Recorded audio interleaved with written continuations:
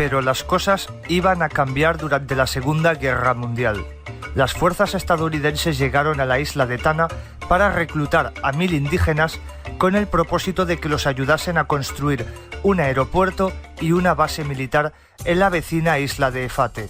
A diferencia de los ingleses, a quienes venían llegar en barcos o canoas, para los lugareños, los soldados norteamericanos que desembarcaban en sus aviones durante la Segunda Guerra Mundial eran como deidades, seres supremos que, como cuentan los aborígenes, montaban en gigantescos pájaros que al volar rugían como el trueno y desataban grandes corrientes de aire.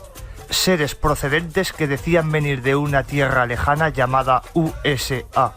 Aún hoy en día existen en estos lugares tribus primitivas cuyo estadio cultural corresponde al de la Edad de Piedra. Cuando los americanos se asentaron allí, fueron muy distintos de los ingleses.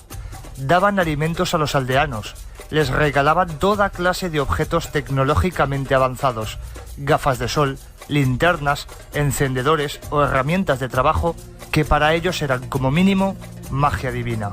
Por encima de los demás, surgió una divinidad concreta, John Frum.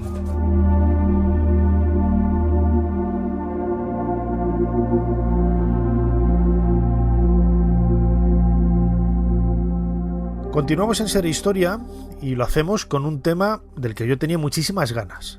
Yo la primera vez que escuché hablar de este culto cargo, con algunas fotografías que vi en libros de Erich von Däniken, pues hace no exagero, pues hace más de 30 años, a mí me fascinó, ¿no? Esta idea de cómo desde un punto de vista antropológico, como desde un punto de vista también etnográfico, etnológico, hay un montón de disciplinas que entran ahí, se puede adentrar uno en la investigación de cómo reacciona el ser humano ante cosas insólitas y cómo lo convierte o cómo lo concibe para divinizarlo.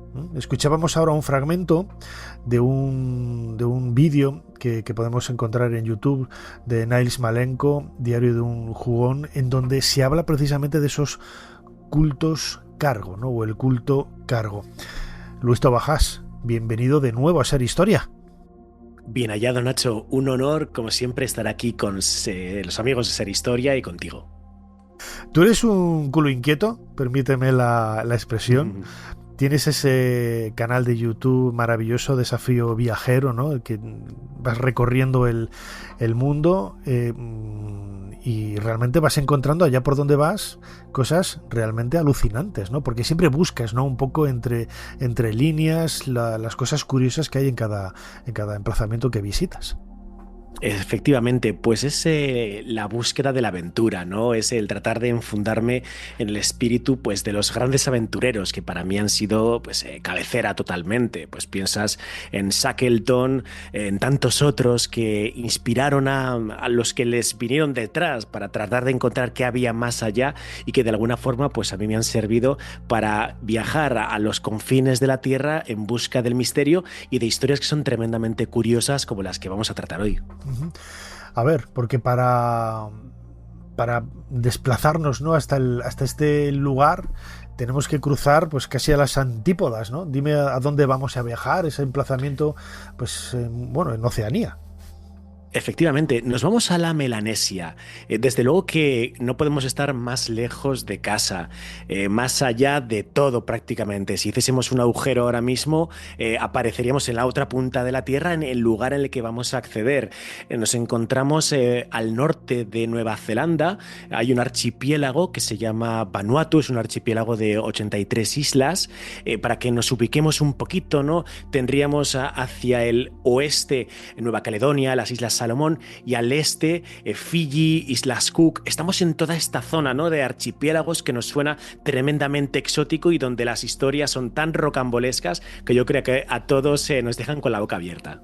Bueno, historias rocambolescas, resumiéndolo un poco, ahora profundizaremos en ello. Imaginemos, ¿no? que tribus indígenas que apenas han tenido contacto con el hombre blanco de otros puntos del planeta, de pronto ven una avioneta, de ahí se baja un señor y ellos, claro, en su forma de entenderlo, este señor llega, va y se va y ya, tal y como vino se fue. Y esas avionetas, coño, nosotros hemos visto venir, ¿no?, a gente en barco, pero desde el aire esto solamente puede ser una divinidad, ¿no? Yo recuerdo esas fotografías en los libros de Eric von Däniken para justificar él también, ¿no?, esas teorías alienígenas de cómo en el mundo antiguo, en Egipto, en Mesopotamia, muchas de esas divinidades estaban inspiradas supuestamente, según sus ideas, en naves espaciales venidas de otras galaxias. Bueno, pues aquí él se basaba, ¿no? Yo recuerdo esa fotografía de una especie de avioneta hecha con juncos, con maderas, que era una recreación de lo que perfectamente el ser humano podría haber hecho hace miles de años si hubiera visto venir un platillo volante, ¿no? Efectivamente. Y de hecho, Nacho, ahora contaremos pues la historia clásica del culto cargo, qué es esto realmente, pero yo tenía mucha curiosidad porque había visto las mismas fotografías de las que hablas, había leído a los antropólogos que sobre todo en los años 70 estuvieron por allí, que contaron las historias que creo que pues reportaje, documental tras documental, revista tras revista, todos hemos leído, y yo tenía esa curiosidad de saber, bueno, ¿y hoy qué? Hoy en el año 2024, 2025, ¿cómo está el asunto del culto cargo? ¿Esto es algo que sigue existiendo? ¿Existe esta religión? ¿Hay un poblado que adora a este John Frum que ahora comentaremos? ¿Cómo está la cosa hoy, ¿no? Y ese fue un poco el motor que me llevó a acceder a la isla de Tanna en Vanuatu y a pues poder finalmente tener contacto con el poblado que adora a John Frum, ¿no? Este culto cargo, pues que si quieres ahora comentamos de qué va.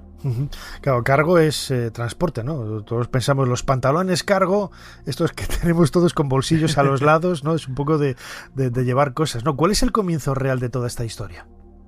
Pues mira, tenemos que remontarnos allá por el siglo XVIII. En esta época, en todas estas de las islas de la Melanesia, la gente que habitaba pues, los archipiélagos, ellos creían en el poder de sus antepasados. Sus antepasados castigaban o premiaban según la moral, ¿no? Y los antepasados, lo que les decían, los espíritus al menos, a la gente que vivía en estas islas, es que en algún momento regresarían para instaurar una época de prosperidad.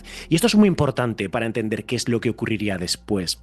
Porque en el siglo XIX, un siglo después, hay alguien de toda esta zona de la Melanesia, no sabemos quién, pero se le ocurrió decir que esta prosperidad de la que hablaban los antepasados que portarían en el futuro, vendría en latas y en cajas muy parecidas a las que poco a poco los extranjeros, sobre todo alemanes e ingleses, iban llegando a todas estas islas de Fiji, Papúa, Vanuatu, y que en un principio se les veía como usurpadores, ¿no? Es decir, las personas que vivían en estos archipiélagos consideraban que allí, en toda esta zona de Vanuatu, Fiji, Papúa, los ingleses y los alemanes que empezaban a llegar, como traían estas latas y cajas de los antepasados, los habían robado de los propios antepasados, ¿no? Y poco a poco empieza a germinarse lo que después ya explotaría en el siglo XX, que es la historia que todos conocemos del culto cargo, ¿no?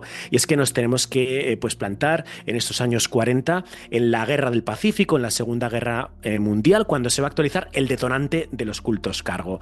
Bien es cierto que, como pues veíamos, ¿no?, en el siglo XIX, los alemanes, los ingleses, cuando llegan por allí, estos no son demasiado agradables ni simpáticos con los melanesios, pero esto sí que va a cambiar con la llegada de los estadounidenses. Los estadounidenses van a empezar a establecer distintas bases en estos islotes y poco a poco, bueno, pues parece que la relación que tienen los americanos con los nativos no está mal, es agradable, se llevan bien.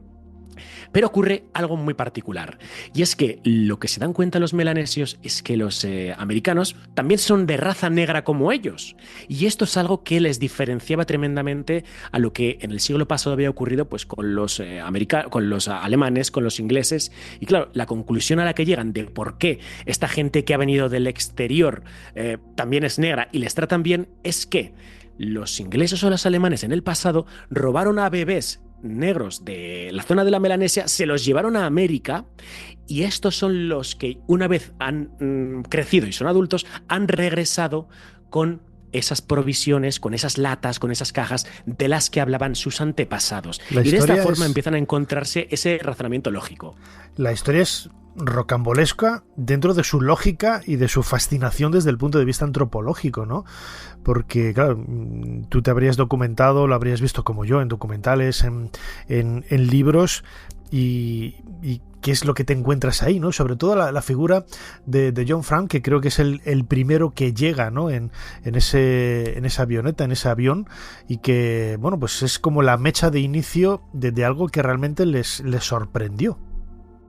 Claro, lo que se dan cuenta los nativos es que cuando llegan los americanos empiezan a caer del cielo, traídos por pájaros gigantes, ¿no? Que son aviones, pues cajas donde está escrita la palabra cargo, y cuando cae, pues allí hay alcohol, hay medicamentos, hay comida, y automáticamente piensan los nativos, bueno, los dioses de esta gente son mejores que los nuestros.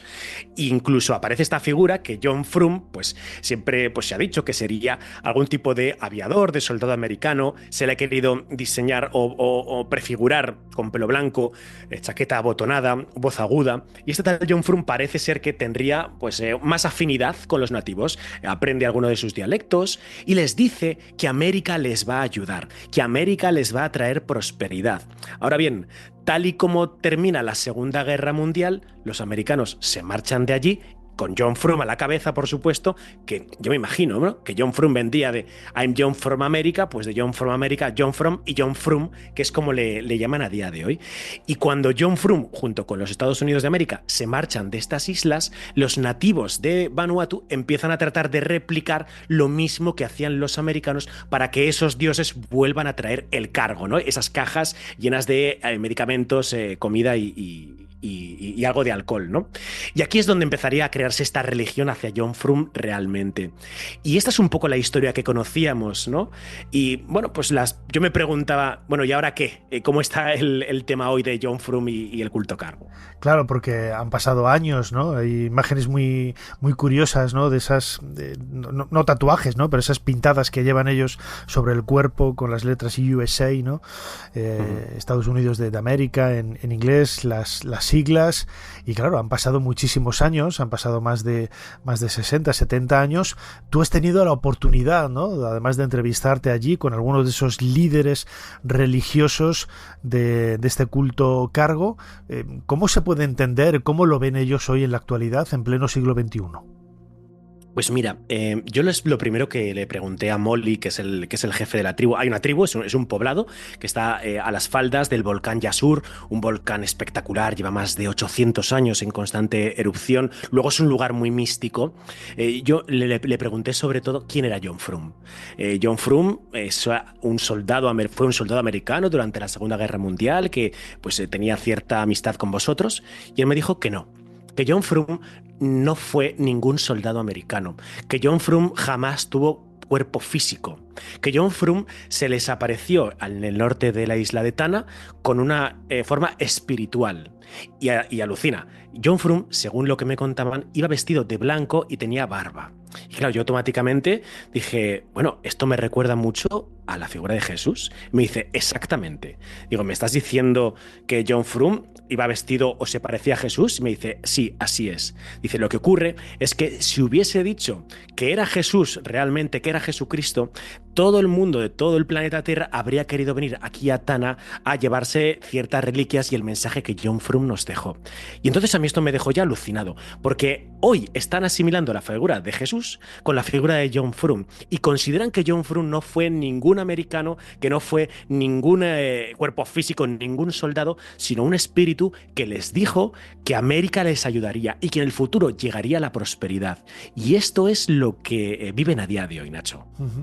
Bueno, eso es eclecticismo total, ¿eh? Desde el punto de vista, sí. Religioso, yo creo que no se puede superar. Eso es el top, ¿eh? Ese es el top, ¿no? Claro, para que te hagas una idea, yo les decía, pero bueno, ¿y lo de John Frum de dónde viene? Porque yo tenía entendido que esto venía de John from America y que había derivado en John Frum, ¿no? Y me dijo él, no, es que no es John Frum, es John Prum, con P. Y yo, Prum. Y me dice que en nuestra lengua Prum significa el que limpia. Y me dice, ¿quién bautizó a Jesús? Y yo le respondo, pues Juan el Bautista. Y dice, mira, se llama igual John. Y John Prum significa Juan el que limpia el pecado. Claro, yo le preguntaba, ¿pero me quieres decir que John Frum es el espíritu de Juan el Bautista? Y me dice, no, es el espíritu de Jesucristo, pero también limpia el pecado, igual que hacía Juan el Bautista, ¿no? Entonces, Nacho, yo organicé todo esto para que pudiese estar allí en el pueblo de John Frum Frum un viernes, porque los viernes por la noche es el día que hacen las misas, las ceremonias en favor de John Frum, y bueno, lo que me encontré allí es alucinante.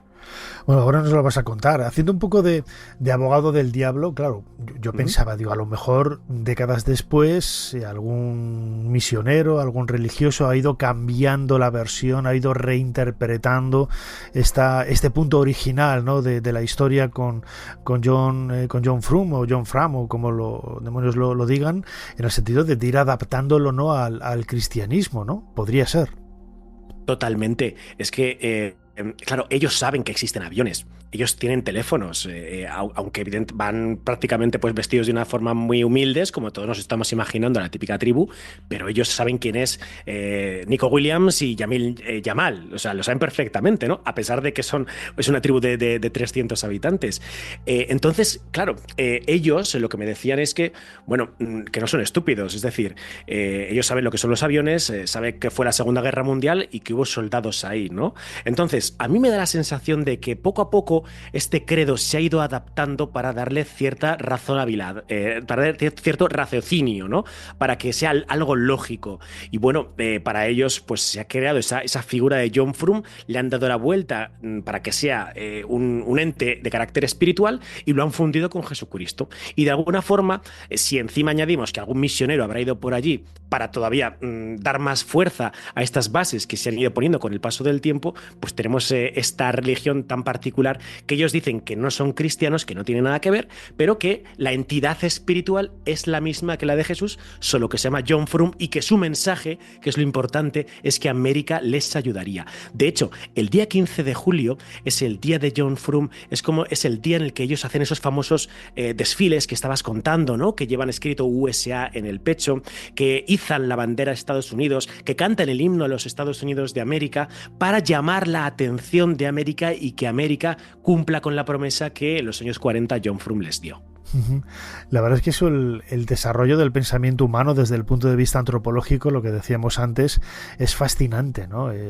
Imagino que a ti te sorprendería descubrir sobre el terreno muchas cosas que quizás es el típico elemento, ¿no?, que quizás todos conocemos a través de referencias indirectas o directas o mal contadas, y luego cuando vas a la fuente original, qué importante es siempre ir a la fuente original, te das cuenta de las sorpresas y de las diferentes interpretaciones que puede tener. Claro, yo les preguntaba por el avión que acabas de comentar, ¿no? Por este avión que está hecho con maleza, por esas torres de control hechas con maderas, ¿no? Que se ven en esas fotografías. Y ellos me decían que eso jamás se hizo en Vanuatu. Eso se hizo en algún punto de Papúa Nueva Guinea. Pero en Vanuatu, que siempre se ha considerado, y sobre todo Tana, el corazón del culto cargo, jamás existieron ese tipo de aviones, ¿no? Entonces, hablando con Molly, el líder, yo le preguntaba, bueno, ¿y tú cómo te sientes cuando escuchas, pues, todas las historias que los europeos o los occidentales consideramos del culto cargo, ¿no? La historia clásica. Y él me decía, mira, aquí vienen algunos periodistas para escribir lo que otros ya han escrito, pero nunca se cuenta nuestra verdad. Nunca se cuenta que John Frum nunca fue un soldado americano, que fue una entidad espiritual vestida de blanca y parecido a Jesucristo, que tenía el espíritu de Jesús y que nos dijo que América nos ayudaría. Esto no se dice en ningún lado, ¿no? Y entonces él tenía mucho interés sobre todo en que, bueno, por lo menos se exprese en el exterior lo que ellos creen que ocurrió realmente, ¿no? Que es la historia que un poco estamos relatando y que tiene el clímax pues cada viernes por la noche.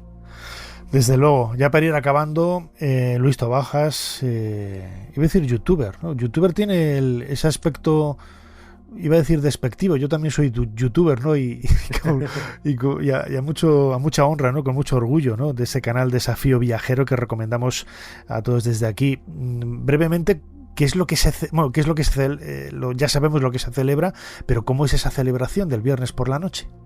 Pues mira, en una pequeña iglesia, que al final es un chamizo, se reúne todo el pueblo a partir de las 10 de la noche, después de hacer una ceremonia, le llaman ceremonia del cava, donde beben una sustancia hecha con raíces, que bueno, pues tiene un carácter alucinógeno, y empiezan a tocar con sus guitarras y empiezan a entonar canciones en favor de John Frum. Y se pegan tocando estas músicas desde las 10 de la noche hasta el amanecer. Ni siquiera ellos entienden bien qué es lo que están diciendo, porque hablamos del de la lengua primigenia de la cultura de la tribu de John Frum. Pero al ladito de los músicos que están ahí entonando como una especie de estado de éxtasis, hay una señora que está anotando los mensajes que a través de la música le llegan de John Frum desde el otro lado para reinterpretarlo al día siguiente y dar más fuerza y más poderío a ese mensaje tan interesante que ellos siempre dicen que es América nos ayudará. El ser humano es fascinante, ¿eh? Lo hemos dicho infinidad de veces en el programa, ¿no? Desconocer este tipo de tradiciones, desconocer este tipo de pensamientos es perder un poco nuestra propia identidad. Mucha gente que nos esté escuchando a lo mejor están pensando, menuda tontería, ¿no? Menuda bobada, porque tiene tan interiorizado y tan normalizado la tradición y el ritual que se celebra, por ejemplo, en una iglesia, en una mezquita o lo que sea, o en una sinagoga, que el resto le parece una estupidez. Y no, entran todos dentro de ese mismo, ¿no?, paraguas de la maravilla del ser humano, que es lo que te permite conocernos a nosotros mismos y realmente pues tener objetivos, ¿no?, y metas, ¿no?, en la vida que marcan un poco la identidad de cada persona. Luis Tobajas, de ese canal de YouTube Desafío Viajero, nos ha estado explicando en los últimos minutos este culto cargo tan apasionante en Oceanía. Como siempre, muchísimas gracias una vez más por habernos ayudado a hacer un poquito más de historia. Muchas gracias, Nacho, y un placer como siempre estar aquí con todos los amigos de Ser Historia. Para no perderte ningún episodio, síguenos en la aplicación o la web de la SER, Podium Podcast o tu plataforma de audio favorita.